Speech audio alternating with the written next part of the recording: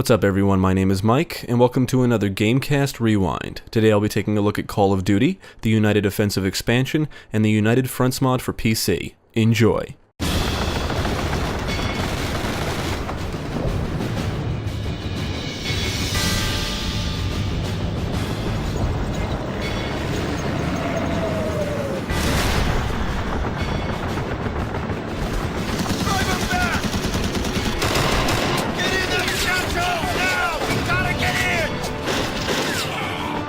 I think it's safe to say that anybody who plays video games has heard of Call of Duty or has at least played one game in the franchise. I'll be honest, I enjoyed the series up to a point. I owned every game in the series up until Black Ops, when after about an hour of playing I literally said to myself, why do I keep buying these, before turning the game off completely and never looking back. Outside of aesthetics and the storylines, I always felt like the gameplay never changed enough to keep me interested. I want to be clear and say I don't hate the series, and I haven't played any of the recent games. Developed by Infinity Ward and published by Activision, the original Call of Duty released for PC in October 2003. It was released for Xbox 360 and PlayStation 3 as Call of Duty Classic in November 2009 if you obtained the hardened or prestige editions of Call of Duty Modern Warfare 2. I believe the Classic Edition is available as a separate game on Xbox Live Arcade and PSN now. For this review I played the PC version. I'll also be covering the expansion pack Call of Duty United Offensive, which was developed by Grey Matter Interactive and released for PC in September 2004. This review will also cover the Call of Duty United Fronts mod, which basically combines the main game and expansion into one, adds new missions, new weapons, and is an extremely ambitious work. The link to where to download the mod will be provided in the description below, and please read the directions if you plan to install it. If you browse through the mod's ModDB page, you'll find multiple files, and yes, I downloaded and installed all of them, including the United Fronts graphics mod, which does enhance many visual effects, the most obvious being the lighting. So let's take a look at Call of Duty and see how this insanely popular franchise got started. Was zum Teufel? Achtung! Engländer! Achtung! Da sind sie! Call of Duty and its expansion include 4 difficulty modes: Greenhorn, Regular, Hardened, and Veteran. The United Fronts mod includes an additional difficulty called Recruit, and it's the new easiest difficulty. All of the characters play exactly the same. You can run, crouch, go prone, jump, perform a melee attack, lean left and right, man turrets, and aim down the sights of weapons, also known as iron sights. I really don't know if Call of Duty invented the iron sights mechanic, but I'm pretty sure it popularized it, and I really feel like I should take a minute to discuss this mechanic. I have noticed that some people are dead against iron sights, and it honestly baffles me. I don't know if it's just because they hate Call of Duty, but I think it's truly one of the best additions to the first-person shooter genre. Before you comment, hear me out.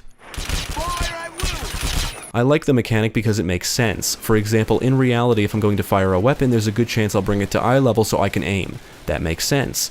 I wouldn't just fire from the hip all the time. It's one of those things that I would say is a realistic mechanic, but it doesn't necessarily need to be a game changer in every game. I see iron sights as more of a basic function of a human character that should be included in most first-person shooters, just like walking, crouching, and jumping, among other functions. However, I don't think it should always affect gameplay, which does depend on the game. For example, I think most games could include the mechanic and just make it optional, as in, your movement and accuracy is the same whether you're shooting from the hip or aiming down your sights. If the game intends to simulate realistic ballistics, then I can understand iron sights affecting your accuracy. Now, you could argue that crosshairs are good enough, so iron sights are not really needed, and I'll counter that with immersion. I feel that aiming down sights does add a bit of immersion, but that's just me. In Call of Duty, you're more accurate when crouching, prone, and aiming down your sights. You also move a bit slower when aiming down sights, so there's kind of a trade-off. Unlike future games, Call of Duty does not include regenerating health. You have a health bar that drains when you take damage and must acquire health kits to restore health. Each character can only carry 2 weapons, a sidearm, and several grenades. United Offensive introduces the ability to manually deploy heavy weapons like machine guns, including the 30 cal and MG34. This means you need to think about what other primary weapon you want to carry, because you can't fire these machine guns unless they're deployed. The United Fronts mod does allow you to fire these heavy weapons from the hip, and even aim down sights, but you still have the option to deploy them. The arsenal in Call of Duty is full of authentic World War II weaponry, and you will be exposed to different weapons in each campaign. If you've played any other World War II shooter, many of the weapons will be familiar. The M1 Garand, Thompson submachine gun, Kar 98 rifle, MP40 and MP44 are all here, among others. Some weapons include secondary fire modes, which can be helpful during combat.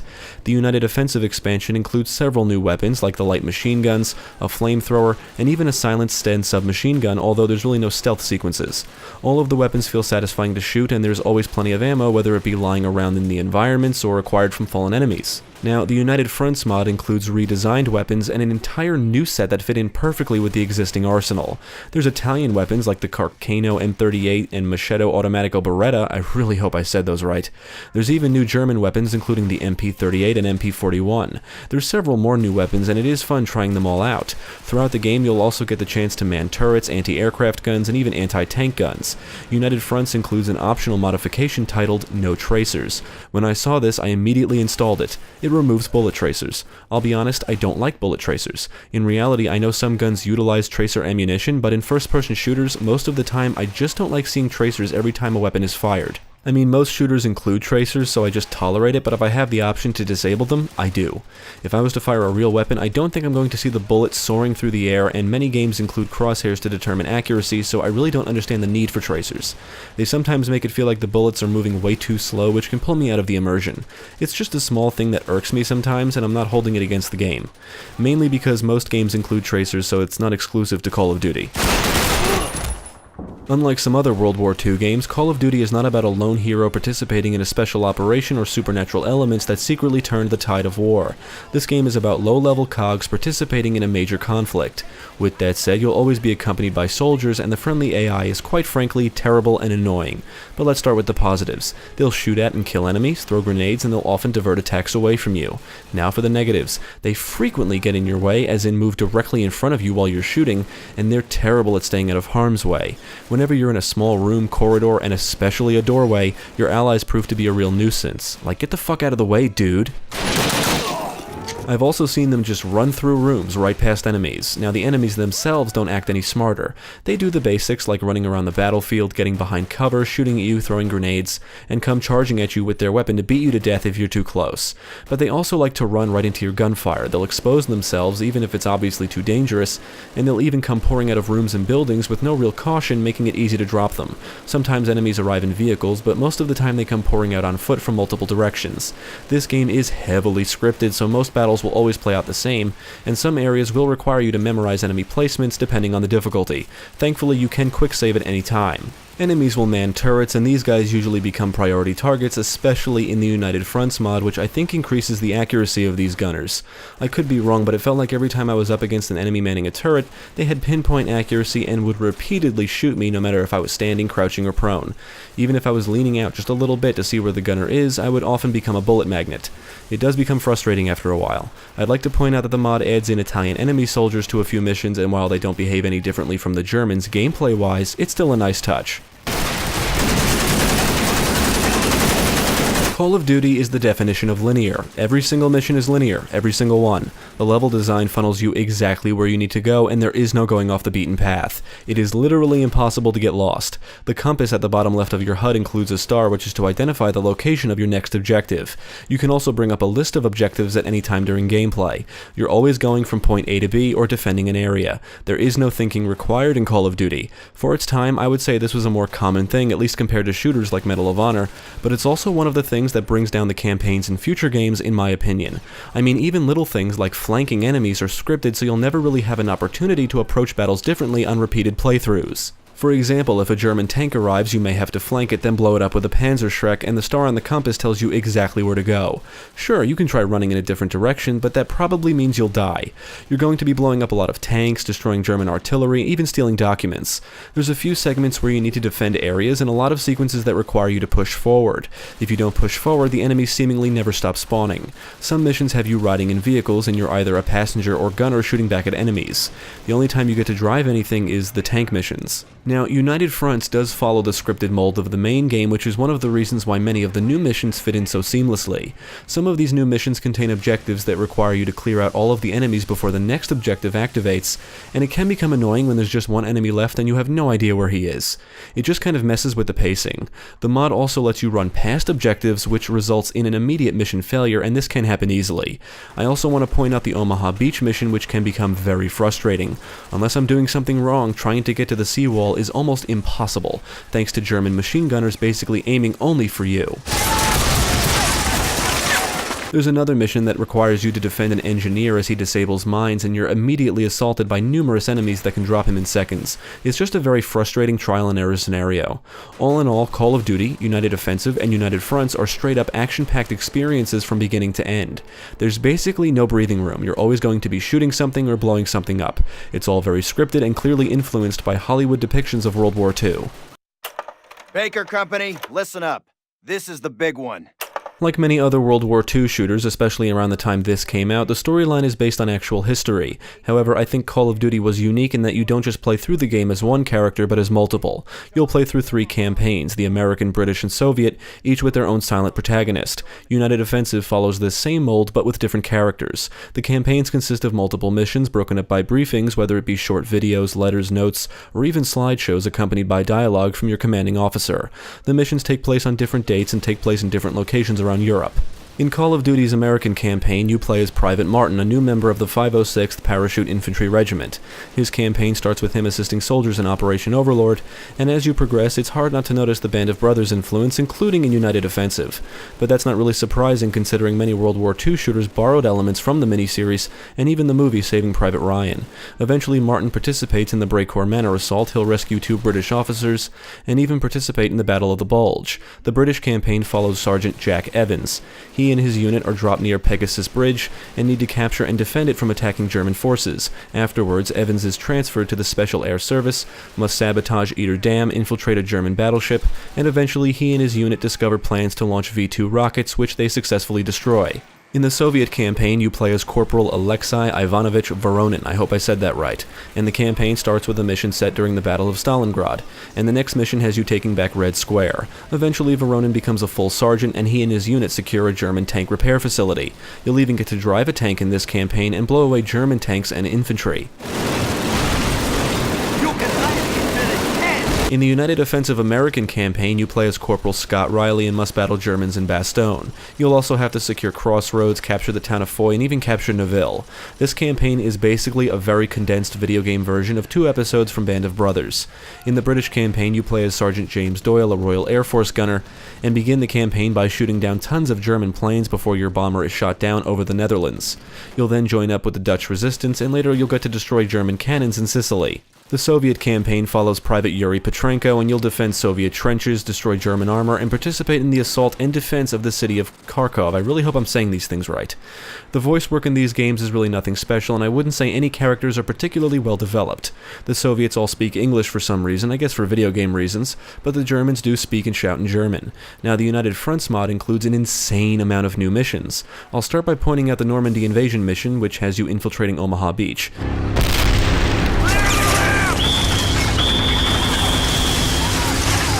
You'll also participate in the Battle of Dunkirk, assault Fedora lines in North Africa, take over Broglio Castle in Italy, and one standout mission has you battling your way through the city of Novorossiysk, I don't know how to say it. New briefings accompany the new missions, which includes new voice work, and the amount of new missions is actually quite staggering. Call of Duty may take you 4 to 6 hours to complete, maybe more depending on the difficulty. United Offensive may take you 2 to 4 hours, but United Fronts can easily take anywhere from 10 to 12 hours, maybe even longer. Not only does it include new missions, but it combines the Call of Duty and United Offensive missions into one experience. The mod reorders all of the missions, so you'll bounce from character to character often.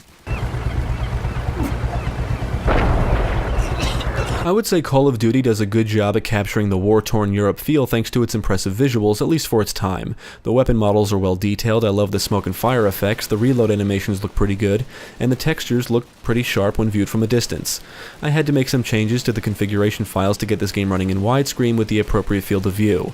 Now, there's no denying the game still looks a bit dated. Character animations are stiff, facial animations are almost non-existent, and death animations are scripted, like when you shoot an enemy and he dramatically falls over the nearby railing to his death. The United Fronts mod includes new weapons and texture work, which looks phenomenal, and the optional graphics mod is, I think, just a reshade injector, but definitely gives the game more of a nice visual flair, with the changes to the lighting being the most noticeable.